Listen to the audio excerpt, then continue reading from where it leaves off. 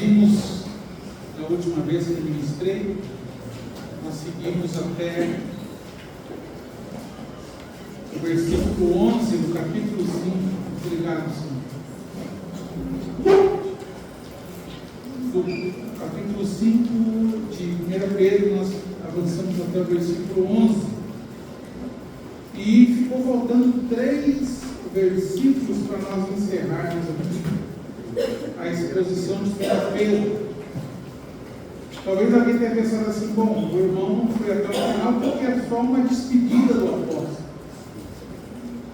Irmãos, não existe nenhum versículo sequer das Escrituras que deva ser deixado de lado. Amém. A palavra de Deus diz que toda a Escritura é divinamente inspirada. Então, toda ela é apta, toda ela é útil para nos ensinar, para nos redarguir, para nos exortar, para nos instruir. Então, não há nada que seja desprezível nas Escrituras. Ela é totalmente proveitosa e necessária para nós. Então nós vamos ver hoje, com a graça de Deus, uma despedida e uma saudação inicial. Nós vamos ver os 3 últimos versículos de 1 Pedro e os 2 primeiros versículos, que é a saudação de Pedro na segunda epístola.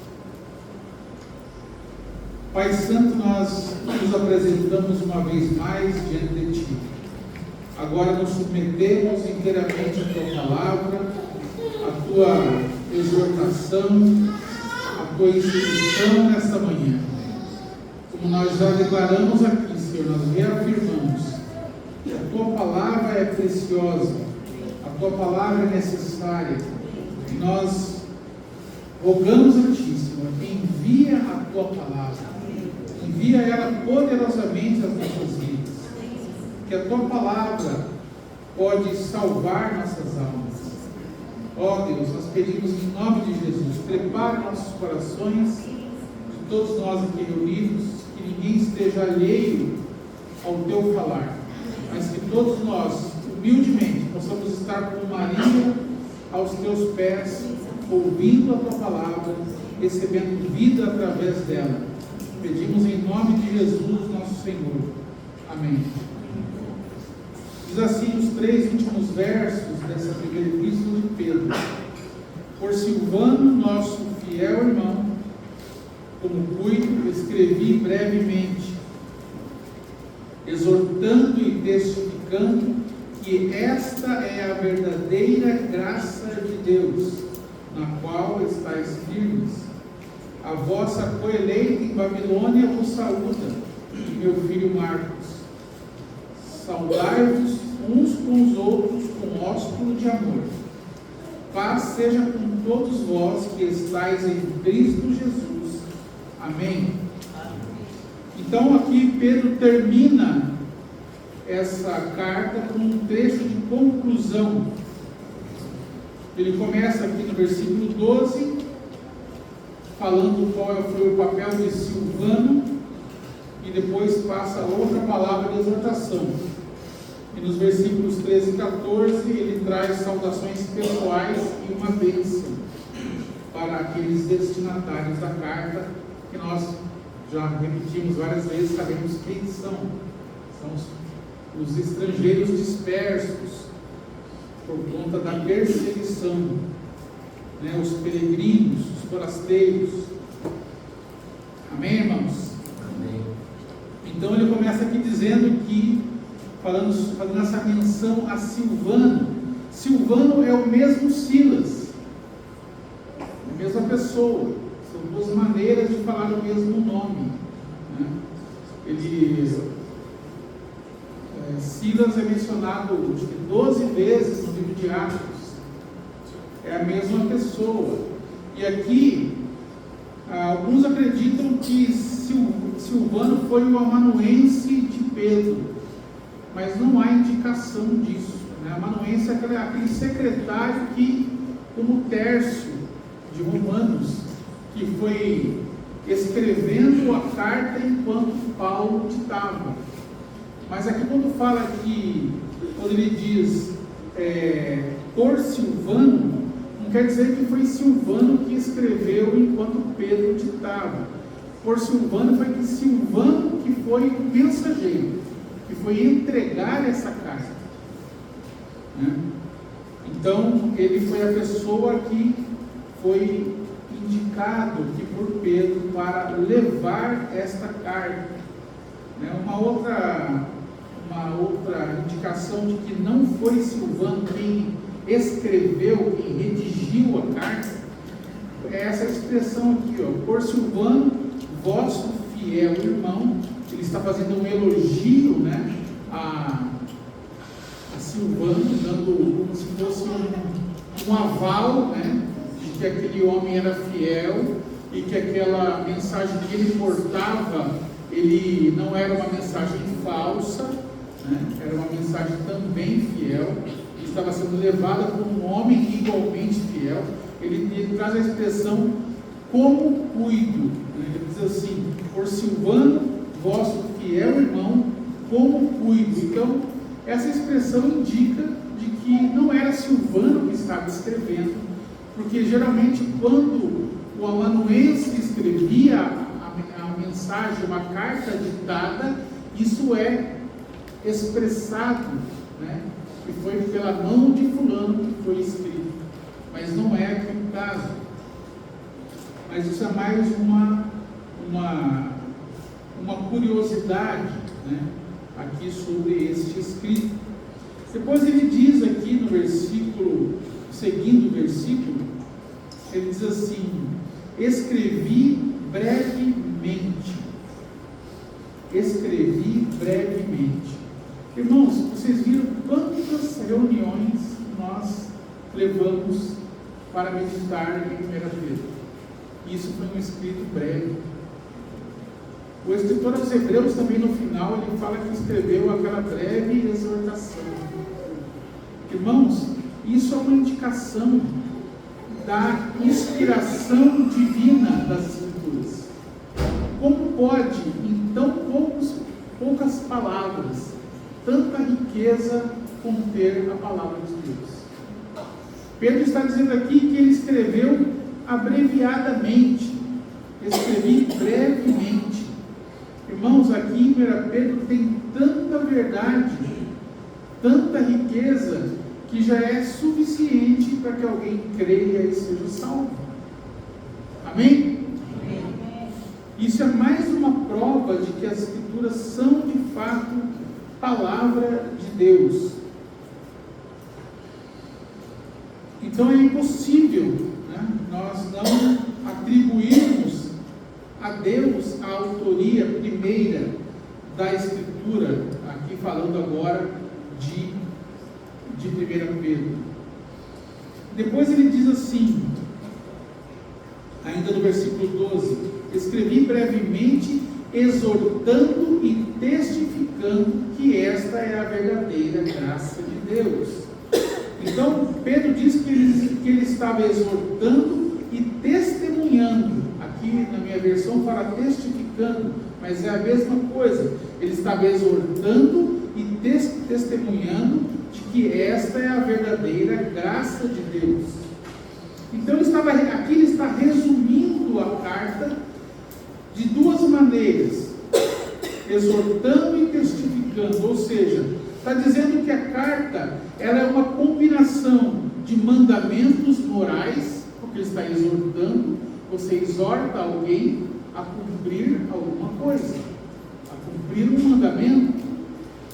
Então a exortação tem esse caráter moral, e também ele diz que está testificando, ou seja, ele está dando testemunho de que isso aqui é doutrina de Deus, é um ensino doutrinário, não é algo que foi colocado como uma coisa facultada, que você pode crer ou não crer. Pelo contrário, ele está exortando, ou seja, está dizendo que aqui contém mandamentos morais que nós devemos cumprir, e também está testificando, ou seja, ele está dando testemunho de que é doutrina de Deus. Amém? Ele está testificando e exortando que esta é a verdadeira graça de Deus. Graça e paz. Nós vamos ver que na segunda epístola, a saudação dele é: graça e paz nos sejam multiplicadas. E ele termina a primeira carta com graça. Irmãos, nós precisamos de graça do início ao fim. Amém? Desde o início da nossa vida com o Senhor até o final, nós precisamos de graça. A graça está presente. Amém? Ele está testificando que esta é a verdadeira graça de Deus. Então, o que significa essa palavra esta? Quem que é esta que ele está se referindo? Esta é a verdadeira graça de Deus. Qual é a verdadeira graça de Deus? Obviamente que ele está se referindo à totalidade da Escritura que ele acabou de apresentar. Então, a graça de Deus é esse estilo de vida descrito nessa carta como um todo. Irmãos, a vida cristã é uma vida de graça. Amém? Do início ao fim. Nós precisamos de graça, de concessão de graça de Deus todos os dias para a nossa vida, para o nosso cotidiano, para nossas atividades. Tudo nós dependemos da graça de Deus, que nos confere bênçãos, que nos fortalece, que nos socorre, que nos concede perdão, que nos dá comunhão com Deus. A graça de Deus é necessária. E aqui ele diz: esta é a graça, a verdadeira graça de Deus. Qual é então a verdadeira graça de Deus? É o conjunto desses ensinamentos que ele acabou de apresentar. Lembra que ele começou lá no primeiro capítulo de Pedro, né? Dizendo que nós fomos gerados de novo para uma viva esperança, pela ressurreição de Jesus Cristo dentre os mortos. Falou da nossa herança, falou que a nossa fé é aprovada, que a nossa fé é aperfeiçoada. Tudo isso, irmãos, é graça de Deus. Pedro também nos ensinou, os irmãos devem lembrar, que os sofrimentos, mesmo os sofrimentos que nós passamos neste mundo, trata-se da nossa identificação com Cristo,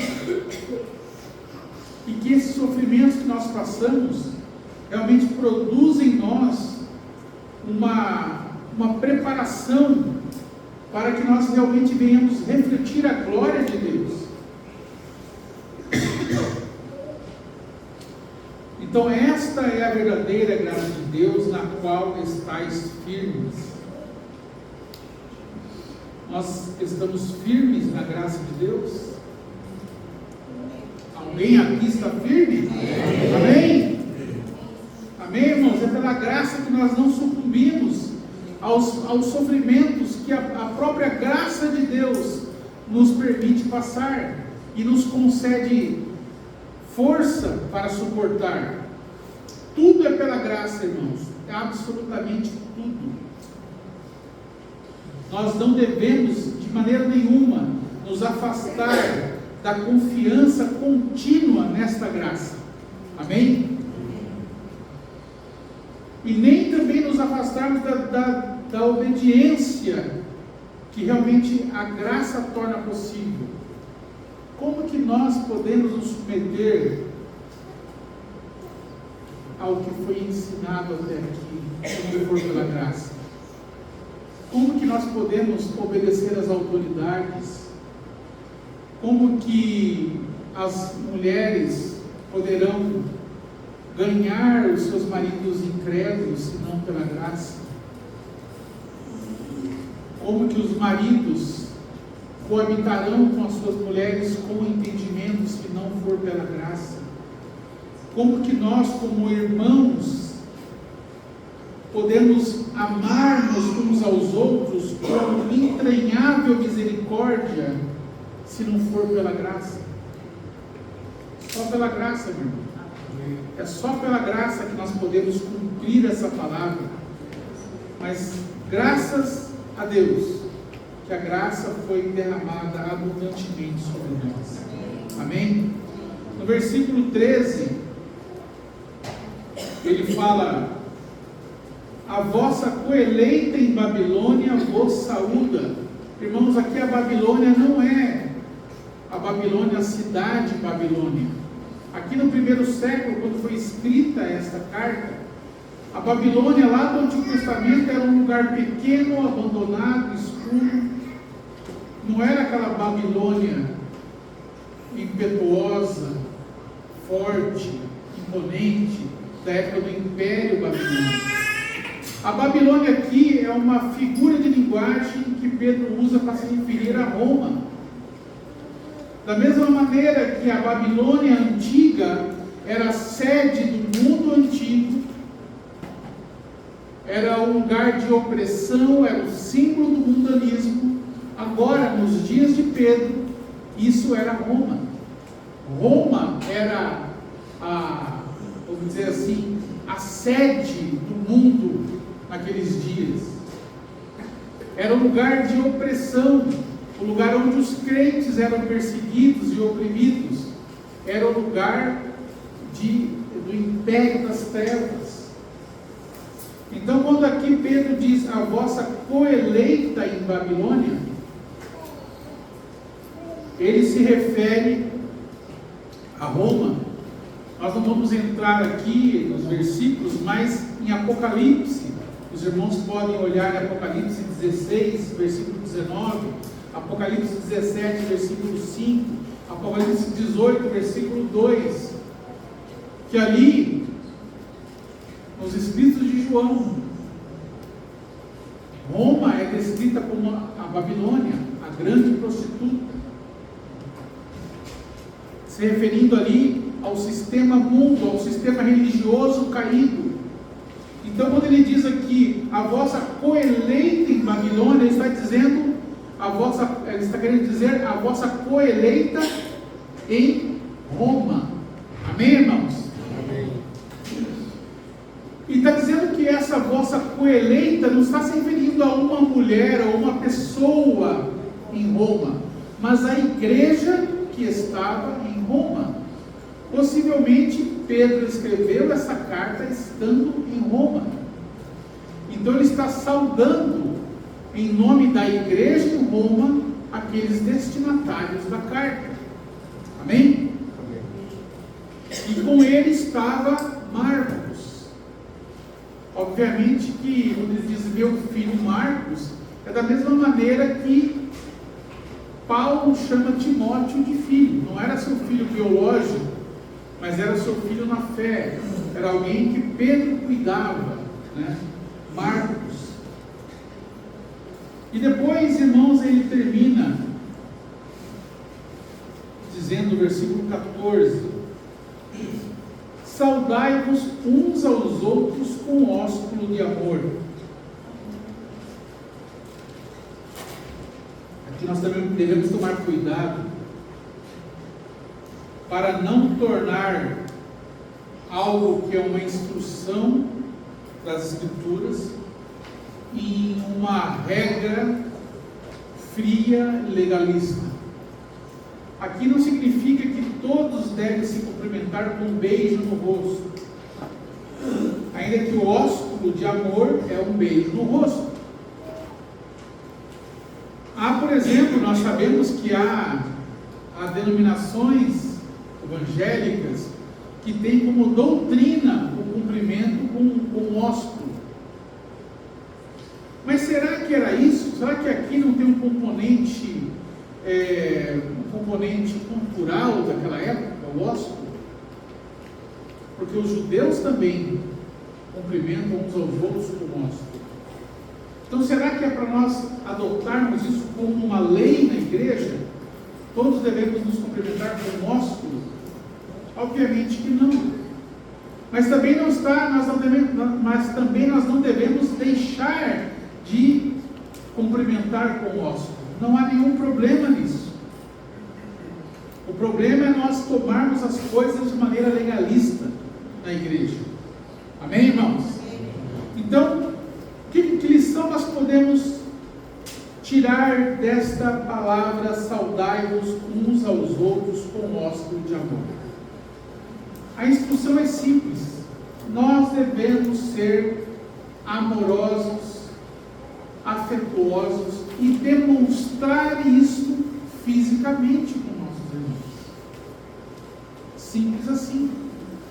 Da mesma maneira que nós não devemos impor regras, por exemplo, quanto ao vestuário.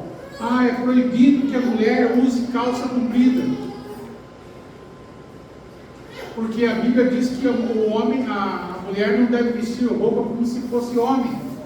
Quando foi escrito esse mandamento, o que diferenciava a veste de uma mulher para um homem era o cinto. Todos usavam vestidos. Então nós não devemos ler a palavra de Deus com um olhar legalista, mas tirar das Escrituras ensinamentos práticos. Amém, irmãos? Então, a ordem para nós aqui é que nós devemos ser carinhosos e afetuosos uns para com os outros. Você não precisa sair pulando a todos, mas você pode dar um abraço fraternal em seu irmão. Se você quiser pular o seu irmão, amém? Não há nenhum problema. Mas a ordem de Deus é que nós não sejamos formais, né? Às vezes um aperto de mão frio não expressa o amor de Cristo. Amém, irmãos? Amém. Dificilmente, olha só, dificilmente você vai brigar com o irmão que você acabou de oscular. É ou não é? Isso já quebra qualquer animosidade. Quando você dá uma saudação afetuosa a alguém. Se alguém já está prevenido, aquilo já vai desarmar a pessoa. Então nós devemos ter essa prática de saudar uns aos outros afetuosamente. Amém, irmãos? Amém. E depois ele diz: paz. Nós vimos que ele já falou da graça. Esta é a verdadeira graça de Deus. E agora ele fala: paz seja com todos vós que estáis em Cristo Jesus. Amém. Paz com todos vós que estáis em Cristo Jesus. É o que aqueles crentes precisavam. Lembra que eles eram os estrangeiros dispersos?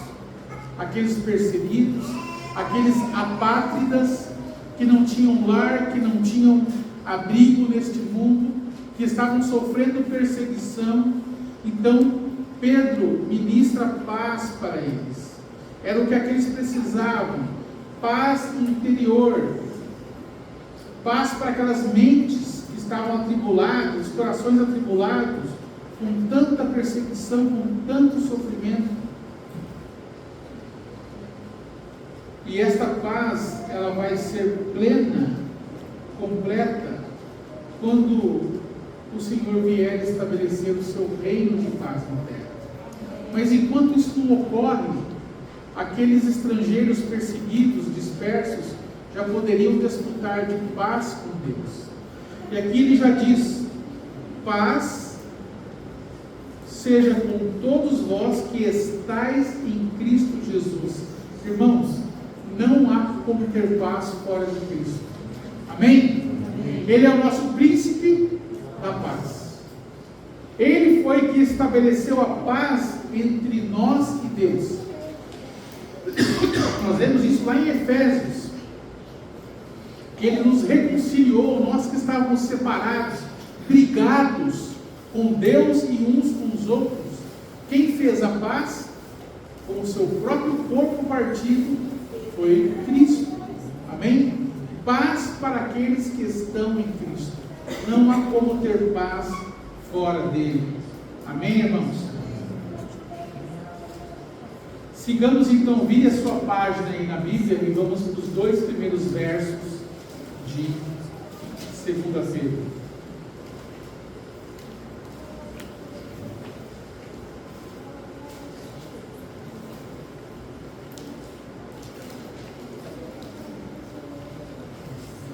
Ele começa dizendo assim: Simão Pedro. Aqui na primeira epístola ele diz Pedro apóstolo. Aqui ele diz Simão Pedro, servo e apóstolo. Percebe que há diferença? A impressão que eu tenho, irmãos, é que esses grandes servos de Deus, à medida que eles ficavam mais experientes, mais velhos, mais eles se conscientizavam da indignidade deles. É necessário que ele cresça Que eu diminua. A impressão que eu tenho é essa. O nome Simão, que ele não cita aqui na primeira epístola, significa vacilante. Este é o significado do nome Simão. O Senhor Jesus chama ele de Simão Barjonas, ali naquela revelação em Cesaré de Filipe. Simão Barjonas. Simão Barjonas significa literalmente o vacilante filho de Jonas. Na primeira epístola ele fala Pedro apóstolo. Agora ele diz Simão Pedro. Consciente de que ele pode vacilar, consciente da sua fragilidade. E aqui ele acrescenta servo e apóstolo.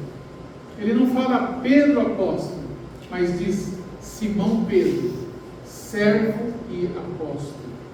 Irmãos, essa palavra servo, ela não traduz o que significa de fato. Parece que é um significado atenuado para nós. Quando nós falamos servo, nós atribuímos assim: eis aí o grande servo de Deus, a grande serva de Deus. Ainda guarda alguma pompa o nome servo, algum status. Mas se você falar escravo, parece que é algo mais baixo, mais pejorativo. E o nome, e a palavra aqui traduzida por servo é a palavra doulos, que significa literalmente escravo, escravo comprado, aquele um que é como um objeto, que pertence àquele que pagou por ele, pertence ao seu possuidor, ao seu senhor. Amém? Amém. Então, paradoxalmente aqui, Pedro usa duas palavras que significam os dois extremos dentro da comunidade cristã daquela época, porque havia escravos naquela época, né? Usa a palavra escravo e a palavra apóstolo. A posição de apóstolo naqueles dias era a posição mais alta na comunidade cristã. Eram os apóstolos do Senhor. Vamos dizer assim, a maior posição dentro da igreja era a de apóstolo, mas ele se chama também de escravo, que era a posição mais baixa da sociedade. Era a posição mais baixa e o ofício mais alto.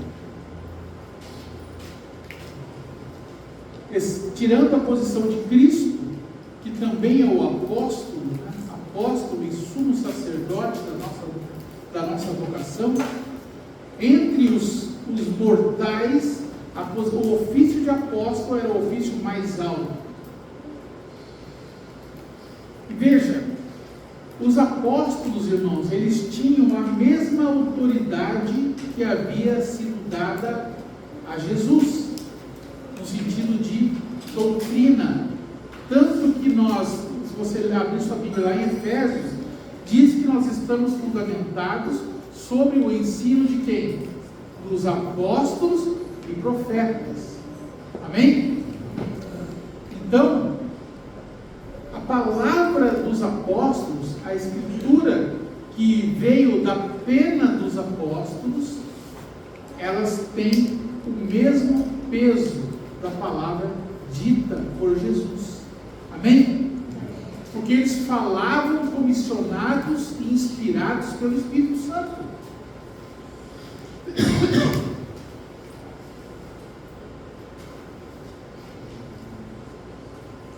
Moisés, que foi um profeta, quando Jesus respondia ao diabo na tentação no deserto, ele citava a palavra de Deus para combater a tentação, as propostas do diabo. E ele citava a palavra de Deus citando Moisés. Então, irmãos, nós não devemos jamais ranquear as Escrituras. Esta palavra é mais poderosa porque foi dita por Jesus. Essa palavra é mais digna de atenção porque ela foi falada pelo Mestre. A palavra do apóstolo é importante, mas é menos importante do que a palavra de Jesus. Isso, irmãos, é uma heresia. Isso é um perigo. Eu conheço uma situação, numa cidade do Brasil, que aconteceu que um jovem, ele começou a fazer essa distinção, esse ranqueamento de importância para justificar o pecado do seu pai.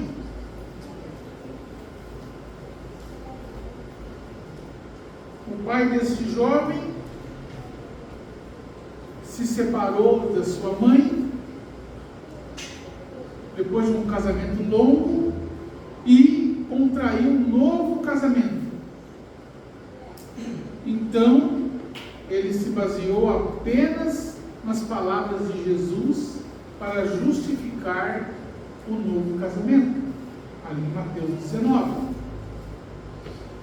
E evocou esta heresia. Não, a palavra de Jesus é mais importante.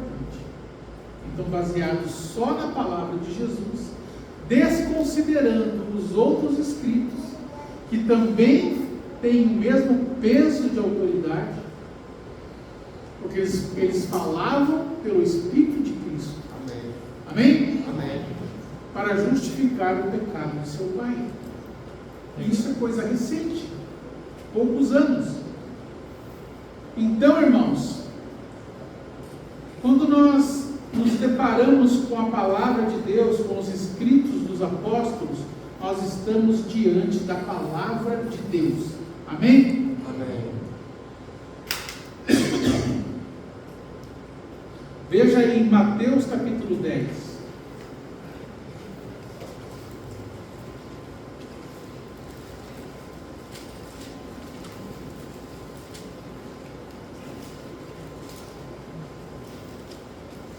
Versículo 40.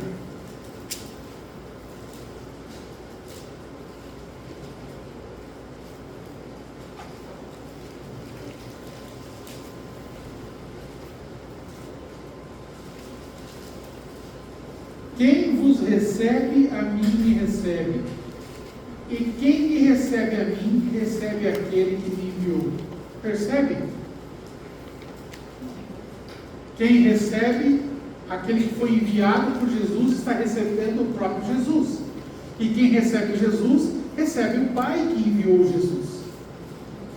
Então nós não podemos fazer de maneira nenhuma distinção de autoridade entre a palavra dita por Jesus e a palavra dita pelos seus apóstolos e profetas. Amém?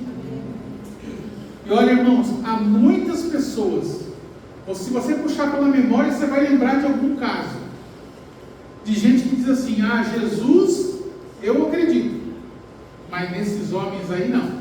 Ele é tudo pecador, que nem eu. Não é assim? Algum de vocês já ouviu isso? Não, eu acredito em Deus, mas não, isso a Bíblia é escrita por homens, isso aí não, de maneira nenhuma.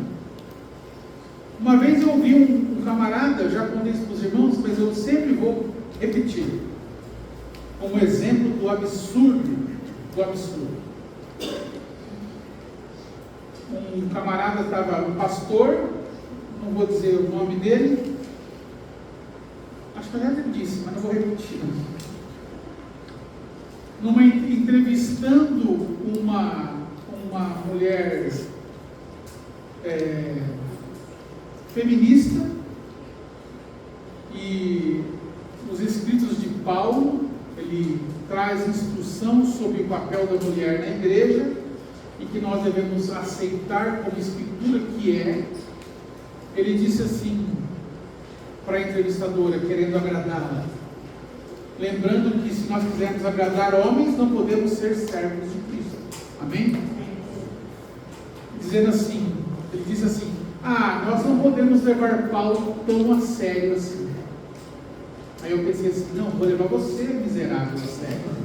Bom, apóstolo Paulo não. Então, irmãos, escritura dos santos apóstolos e profetas é escritura inspirada, é palavra de Deus. Amém?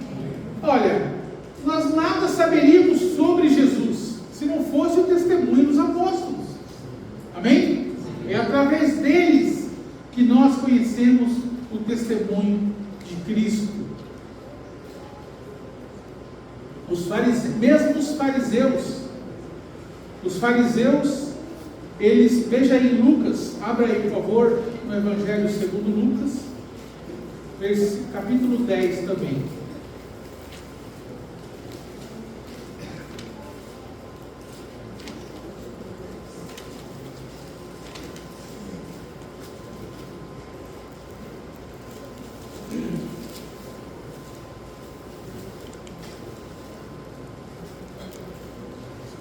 Olha, os fariseus acreditavam em Deus, mas rejeitavam o Senhor Jesus.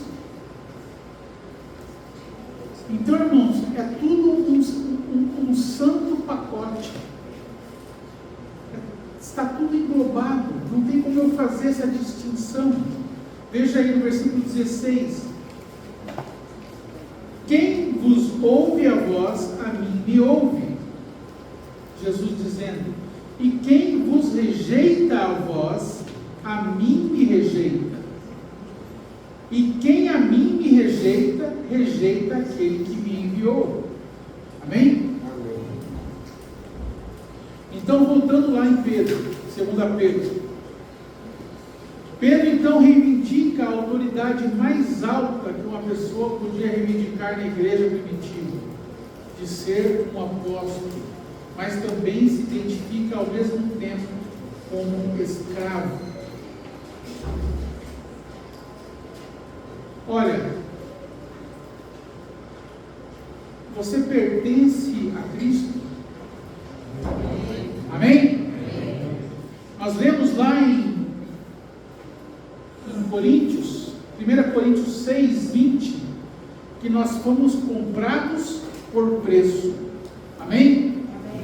Então, nós vimos que a palavra servo é a tradução da palavra doulos, que significa escravo comprado por preço. Em 1 Coríntios 6, 20, nós lemos que nós fomos comprados por preço. Qual foi o preço da nossa redenção? O precioso sangue de Jesus. Amém? Amém. Então, eu não posso fazer mais a minha vontade. Quando Pedro diz aqui, Simão Pedro, escravo e apóstolo, ele está dizendo que, embora ele tenha esse ofício tão alto na igreja, ele não fazia a vontade dele. Ele era um escravo, comprado por preço. E Paulo também se via como um escravo, um servo. Nos escritos de Paulo, ele também vai se identificar como um escravo. Mas Jesus não libertou a gente? Amém. Libertou? Amém. Se o Filho vos libertar, verdadeiramente sereis livres. Mas eu sou livre ou eu sou escravo? E agora? Livre do domínio do pecado. Livre do domínio do pecado. Irmãos, nós não temos outra condição a não ser de ser escravo. Ou nós somos escravos de um Senhor que nos ama, ou nós seremos escravos de um Senhor impiedoso e mau. Amém? Romanos capítulo 6. Ali fala sobre essa condição. Servos do pecado ou servos de Deus? escravo do pecado ou escravo da justiça? Então, quando nós somos libertados da escravidão do pecado, nós assumimos um outro tipo de escravidão. Nós nos tornamos escravos de Cristo. Quem acha que está livre da escravidão de Cristo, saiba que está debaixo de uma escravidão terrível, uma escravidão cujo fim é a morte eterna. Então, irmãos, nós só temos uma única condição abençoadora, é a condição de servos de Deus, escravos do Senhor Jesus Cristo. Amém? Comprados por preço, escravos por amor, como aquele servo hebreu que foi levado aos portais da cidade e teve a sua orelha furada para mostrar para todos que ele era escravo por amor, porque ele amava o seu Senhor, amava a sua mulher, amava seus filhos. Então ele não quis a liberdade para pecar, ele preferiu continuar na casa do seu Senhor, o servindo, e o fez isso publicamente, furando a sua orelha com uma sovela. Amém, irmãos? Depois ele segue dizendo assim: Simão Pedro, servo e apóstolo de Jesus Cristo, aos que conosco alcançaram fé igualmente preciosa pela justiça de nosso Deus e Salvador Jesus Cristo.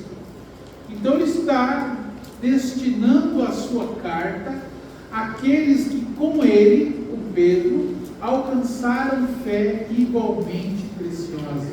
Irmãos, a fé é a maior preciosidade que nós temos. Amém? Se você tem fé em Jesus Cristo, a fé é um dom. Amém? Nós não podemos atribuir que nada procedeu de nós mesmos. Até aquela fé que você usou ela para crer em Deus, ela procede de Deus. E eu, irmãos, atualmente creio que Deus imbuiu cada ser humano da face da terra com uma porção de fé suficiente para que ele creia. Se não fosse assim, Deus seria injusto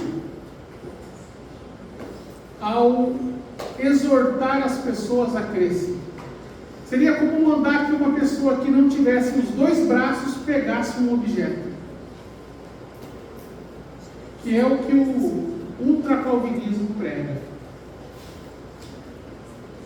Se a Bíblia tem inúmeras exortações para que nós creiamos, para não sermos condenados, como que Deus poderia mandar alguém crer se ele não fosse capaz de crer?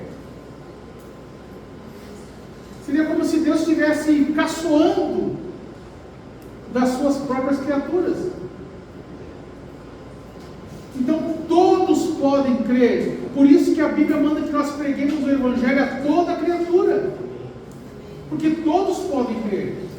E se a pessoa não creu, ela vai ser condenada justamente porque ela poderia crer, porque Deus se manifestou a ela pelo Evangelho e pelas coisas criadas. Amém, irmãos? Amém.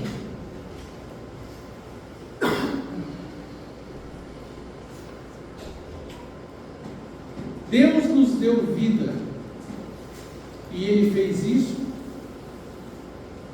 pela justiça do nosso Deus e Salvador Jesus Cristo. Ele nos deu vida. Nós estávamos mortos em delitos e ofensas, e Ele nos deu vida. Glória a Deus por isso. E aqui diz que nós alcançamos fé, essa fé é preciosa, e nós a alcançamos pela justiça do nosso Deus.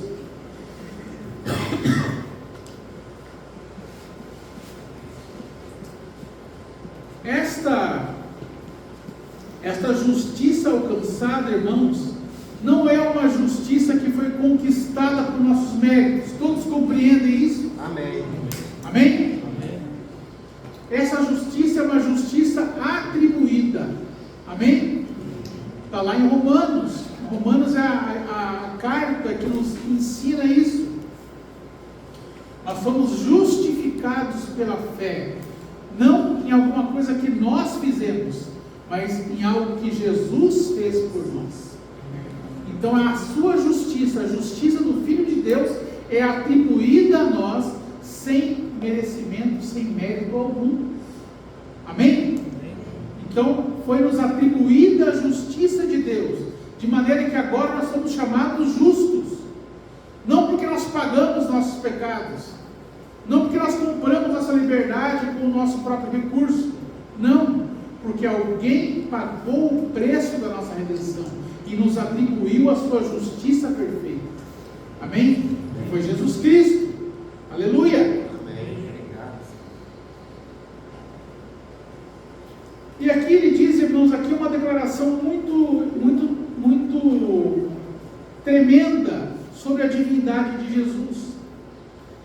Repararam que no versículo 1 ele diz assim: aos que conosco alcançaram fé igualmente preciosa pela justiça do nosso Deus e Salvador Jesus Cristo. Pedro está chamando Jesus de Deus. Amém? Amém. Jesus é Deus? Amém. Aleluia! Irmãos, Jesus é Deus. Ele não é um Deus menor, como diz os russelitas, diz que Jesus é um Deus, um D minúsculo, distorcendo as escrituras em 1 João, em João capítulo 1, melhor. No princípio era o Verbo, e o Verbo era Deus. Amém? O nosso Deus é o Senhor Jesus Cristo, junto com o Pai e o Espírito Santo. Amém? A Santíssima Trindade, o único Deus, em 3 pessoas, Pai, Filho e Espírito Santo. Eu entendo isso? Não. Quem entende aqui? Alguém entende? Filosoficamente dá para explicar? Não. Mas eu tenho que admitir porque é a verdade. Amém. Amém? Essa é a realidade. Ainda que a minha mente finita não alcance isso. Então, nós alcançamos, nós obtivemos esta fé pela justiça do nosso Deus e Salvador Jesus Cristo. Foi pelo seu ato de justiça, foi pela sua morte na cruz, no nosso lugar, foi nos atribuída essa justiça. Amém? Então agora nós somos considerados justos, não pelo nosso ato de justiça, mas pela justiça atribuída a nós. Veja que Pedro está se referindo a Jesus aqui, não só como Messias, como enviado de Deus, como nosso Salvador, mas também ele está se referindo a Ele como Deus. Irmãos, essa é uma das passagens mais claras das Escrituras, em que Jesus é chamado de Deus. É muito importante esse versículo. A nossa fé está baseada nisso, nesse fato. Jesus é Deus. Deus se fez carne e habitou entre nós, cheio de graça e de verdade. Amém? Amém. Por que Pedro afirma isso aqui? A divindade de Jesus. Irmãos, séculos depois, 4 séculos depois, surgiria na igreja um herege chamado Ário, de onde veio o arianismo, em que ele afirmava que Jesus não era Deus. Ele usava alguns argumentos até lógicos. Por exemplo, a Bíblia em Colossenses fala que Jesus é o primogênito de toda a criação. Primogênito significa literalmente o primeiro gerado. Ora, se ele é gerado, ele teve um início na eternidade, um início no tempo. Ele surgiu numa época. Se ele surgiu numa época, então ele não é eterno, logo não é Deus. Essa era a mecânica do pensamento diário. Irmãos, até hoje o arianismo está aí. Sim. Em várias seitas pseudo-cristãs. Qualquer ensinamento que diminua a divindade de Cristo é uma heresia de morte. E nós devemos tratar a heresia de morte como ela é, como heresia de morte. Quando ali em Colossenses fala que Jesus é o primogênito da criação, não significa que ele foi o primeiro gerado. Significa a sua posição sobre toda a criação. Lá em Colossenses diz que ele é o primogênito de toda a criação. Ali fala de posição. Nós temos também na figura de Melquisedeque, que é uma figura de Cristo, que ele não teve princípio nem fim de dias, que é o Rei de paz. Jesus é o eterno Filho, eternamente gerado do Pai. Obviamente que ele apareceu na história encarnado em Cristo Jesus. O Verbo se fez carne. Mas ele coexiste com o Pai eternamente. Amém? Em Gênesis você já ouve lá: façamos o homem a nossa imagem. Façamos quem? Ele está falando no plural, porque o Pai, o Filho e o Espírito Santo estavam no princípio. Já existiam em uma unidade, uma comunhão perfeita desde a eternidade. Amém? Glória a Deus por isso, irmãos. Glória a Deus pela divindade do nosso Senhor Jesus Cristo. Então, esta é a heresia que o Espírito Santo já estava dando aqui base escriturística para combater aquela heresia que já surgiria poucos séculos depois. Eu falei, eu acho que eu dei uma informação errada para os irmãos. Na verdade, o arianismo é isso mesmo, quarto século. Tanto que no mesmo quarto século, a igreja se reuniu em Calcedônia e em Niceia para fazer os credos, para defender a divindade de Cristo. Amém, irmãos? Então, seguindo aqui os versículos, aqui já caminhando para o fim. Olha, falando há 53 minutos, uma despedida e uma saudação. Veja como que a Escritura de Deus é rica. Como as Escrituras são ricas, como tem instrução para nós.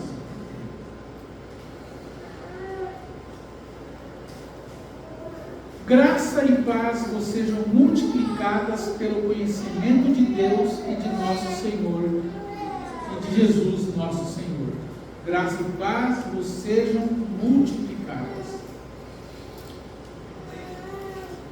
Graça e paz são duas palavras que são muito comuns nas saudações no Novo Testamento, nas epístolas. Paulo utiliza muito. Por que, irmãos?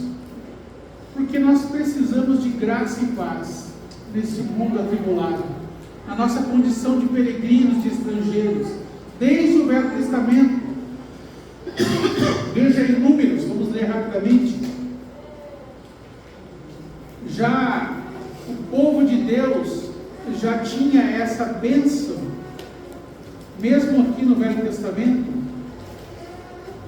Números capítulo 6,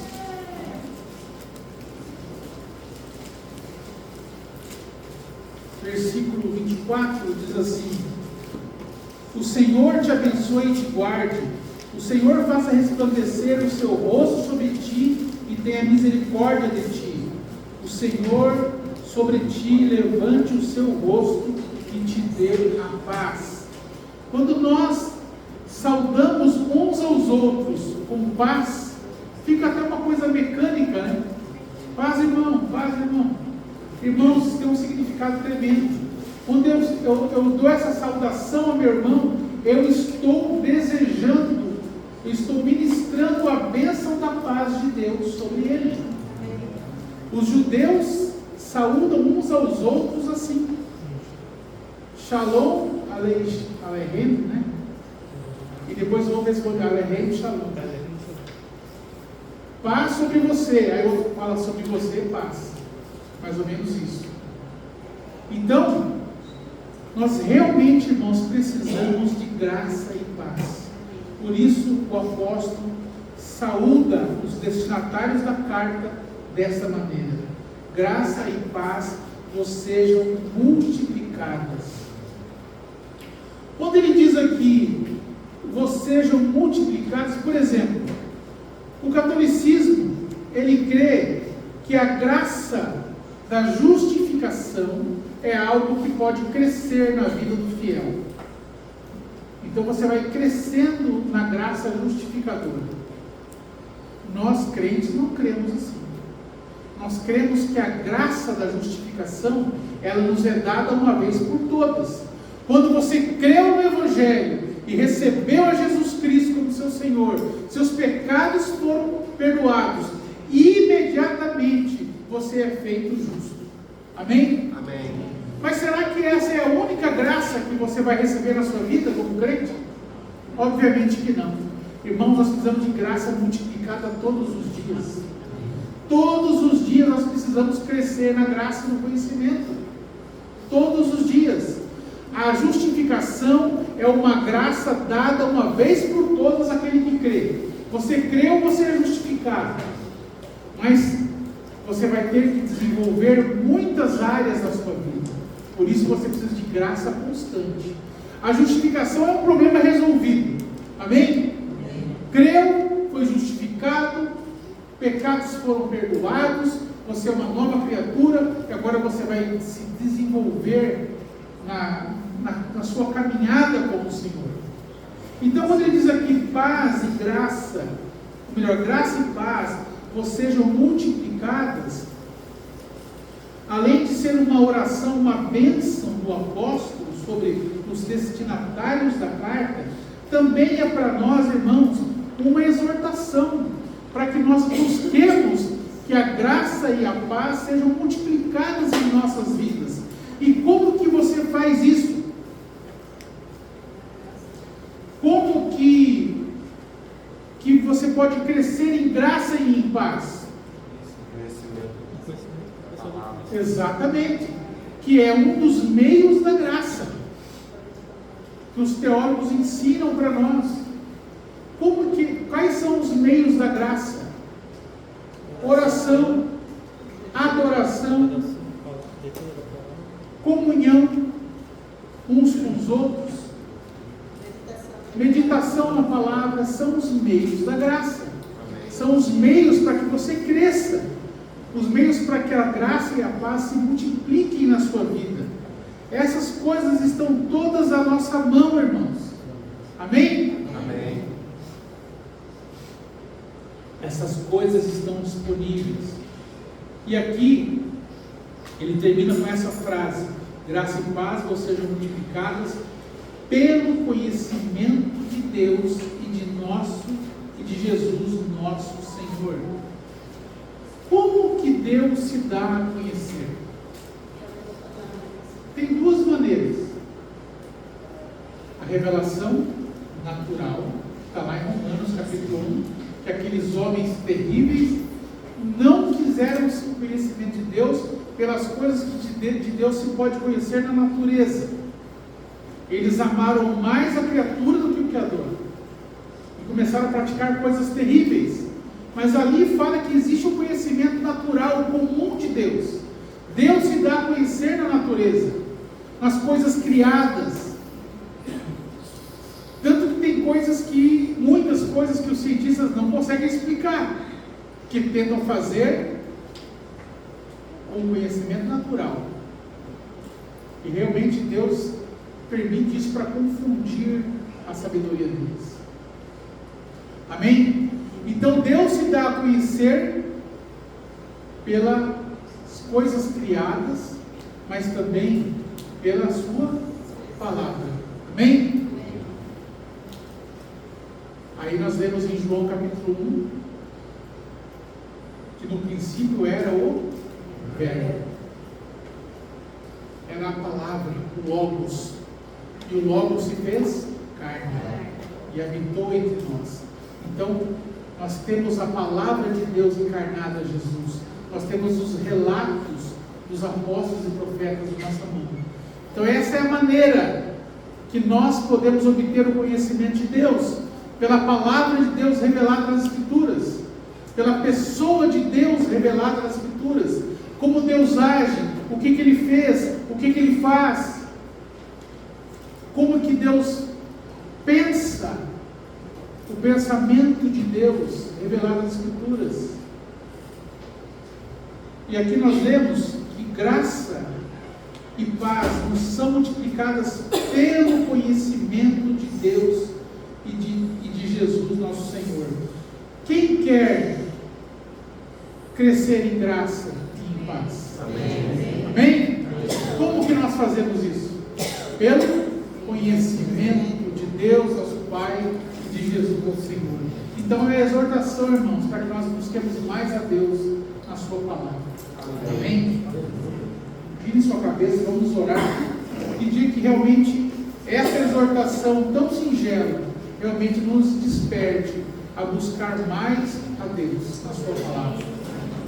Pai Santo, nós te bendizemos pela tua palavra tão fiel, inerrante, poderosa, a sua palavra que pode salvar nossas almas, a tua palavra que traz o conhecimento da tua pessoa gloriosa. Ó Deus, muito obrigado porque essa palavra está disponível a nós. Obrigado pela palavra que nos foi evangelizada, que nos foi trazida nesta manhã. Ó Deus, nós pedimos com todo o temor, Senhor. Ó Deus, que possamos nos aplicar a tua palavra. Desperta, Senhor, aqueles que estão, ó Deus, distraídos com muitas coisas. Ó Deus, que realmente a sua palavra seja preciosa para nós. Aquela fé, como nós lemos ali, igualmente preciosa. Ó Deus, essa fé que se descobre, Senhor, pela tua palavra. Pedimos em nome de Jesus, sejamos nós todos despertados, animados, desde os pequenos, as crianças, até os mais velhos. Ó Deus, que o apreço pela tua palavra em nossos corações cresça, Senhor, de maneira que nos dediquemos mais e mais. Revela-te a nós, Senhor. Pedimos em nome de Jesus. Amém.